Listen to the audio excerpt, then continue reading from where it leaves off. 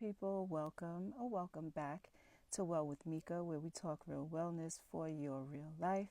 I'm Mika, your cultural wellness ally, and today I want to talk about some thoughts that kind of sat on my heart while I was listening to Viktor Frankl's book, Man's Search for Meaning. Now, I've been meaning to read this book for years, so I'm finally listening to the audiobook version, and I see why it's been a top read.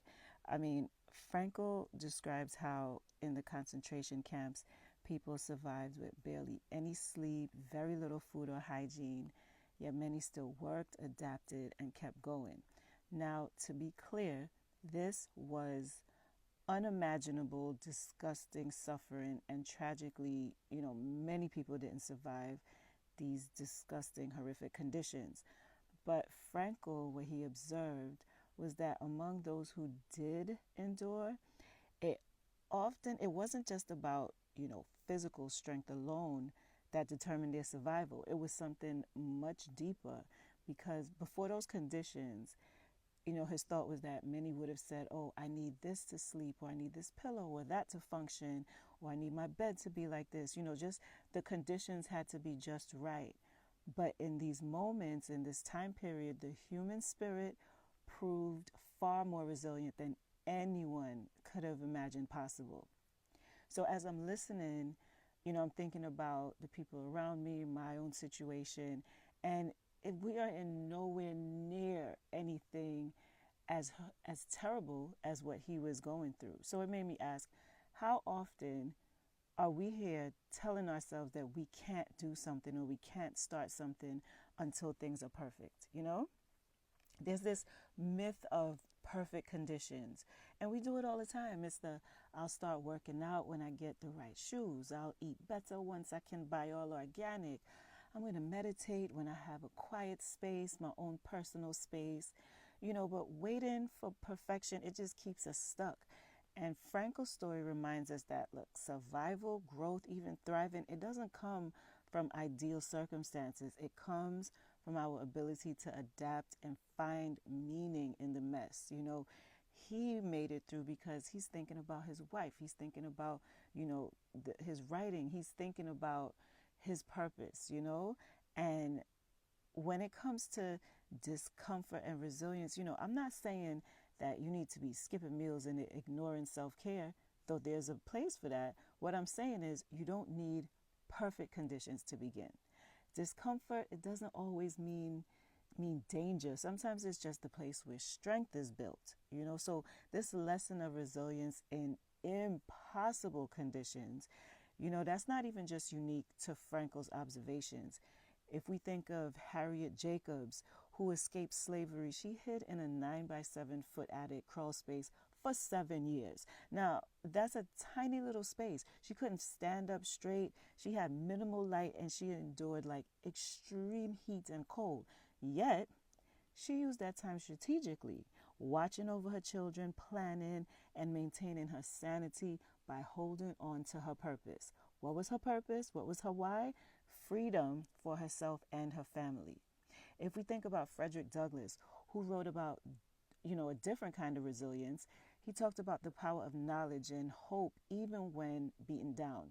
He described learning to read in secret, trading bread with white children for reading lessons, and just knowing that, education was his path to mental freedom long before he even thought physical freedom was possible.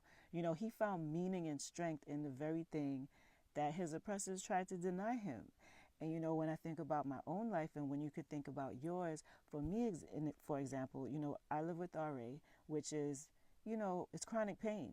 And it's taught me, that lesson again and again that I have to show up even when conditions aren't ideal. And what I've learned is that resilience, it doesn't come from when things line up perfectly, even though I would love for it to. It comes from showing up anyway.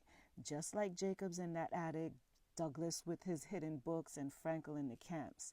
Now, of course, I have to be clear. I don't know what each of you listening is going through. Your circumstances are unique to you, and many of us are blessed to not be living in conditions anywhere near the horrors that these individuals had to endure. Now, in different parts of the world, people are struggling with their own circumstances, and there's a time where, it's extremely hard to even have this thought process. But for us, for many of us, I just think that these stories remind us of something powerful, and that is that you can. When you think you can't start because conditions aren't perfect, remember that you can. And remember that it can always be worse. And then keep in mind the meaning, the why. Meaning is medicine. What kept Jacob sane in that tiny space? That was her why, protecting her children and claiming her freedom. What drove Douglas to risk punishment for learning? His why, knowing that knowledge would eventually lead to liberation. And for Frankl, his bigger point echoes through all those stories. What sustains people through the unthinkable is not the perfect conditions, it's having a sense of purpose that's bigger than their circumstances. So I just want to ask you, what's your why? What keeps you moving when life isn't perfect? What I want you to walk away with is, number one, notice where you're waiting for perfect conditions. Where is that in your life? Number two, start small. Start small with what you have, whether it's a walk, a breath, a meal, start small. Then I want you to reframe. Instead of, I can't because such and such, try, what can I do with what I have? Just switch that framing and your speech and your thoughts. And then number four is I want you to anchor it in meaning. As always, remind yourself why this matters. You have to have that reason, that bigger push, that bigger motivation that keeps you moving and progressing. Remind yourself why your actions matter, why it matters to change that behavior, okay? So wellness, it doesn't require perfection. It really requires your presence, your purpose, and the courage to start where you are and to push through adversities, right? And I just wanted to remind you of that, remind myself of that, and, to remember that, history, there's so much suffering in the past and now, and I want us to have gratitude for where we are and start from where we are so that we can move forward with the right mindset. It doesn't mean you cannot respect what other people are going through, but also you can't stay stuck.